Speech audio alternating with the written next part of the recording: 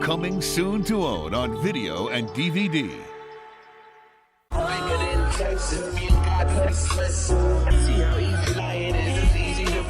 Greenland 2, Electric Boogaloo, aka Greenland 2 Migration, is the follow-up to the surprise 2020 hit disaster film, Greenland. So I have a backstory with Greenland. That was the first ever screener that we got when we were doing the podcast, being Kristen, and it's the first screener I ever got on my own. So it was pretty special to me. So the first Greenland has a special place in my heart. I enjoyed it, and I was pretty excited to see what the sequel would entail.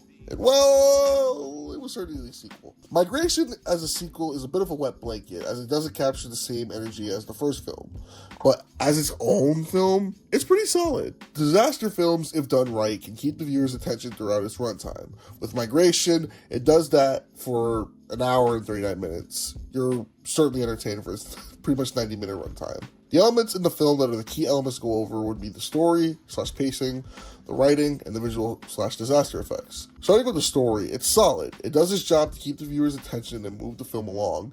It won't reinvent the wheel or anything, but it does its best to keep it entertaining and interesting. However, that can lead to the fact that the writing and pacing of the film is kind of one of the big drawbacks of Greenland 2. It's a lot of the writing choices feel cliche, and once you see what they're going for, you will know what is going to happen next. Once you see one disaster movie, you kind of see how the tables or how the story's going to go. In particular, the amount of new characters introduced who are clearly the red shirts is a lot.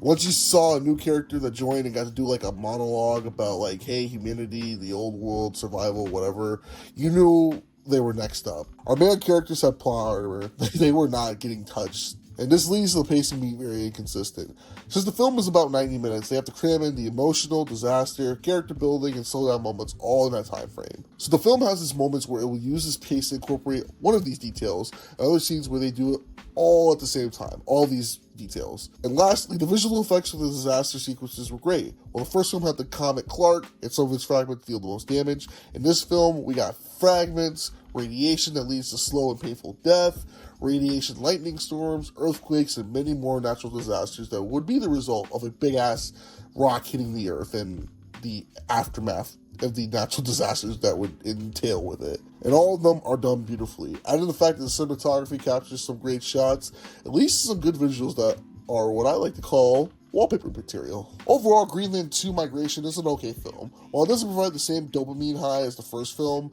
it still manages to hold its own and be a fun time to watch. Keep up the good work, Gerard Butler. I'm going to give Greenland 2 Migration a final grade of a B-.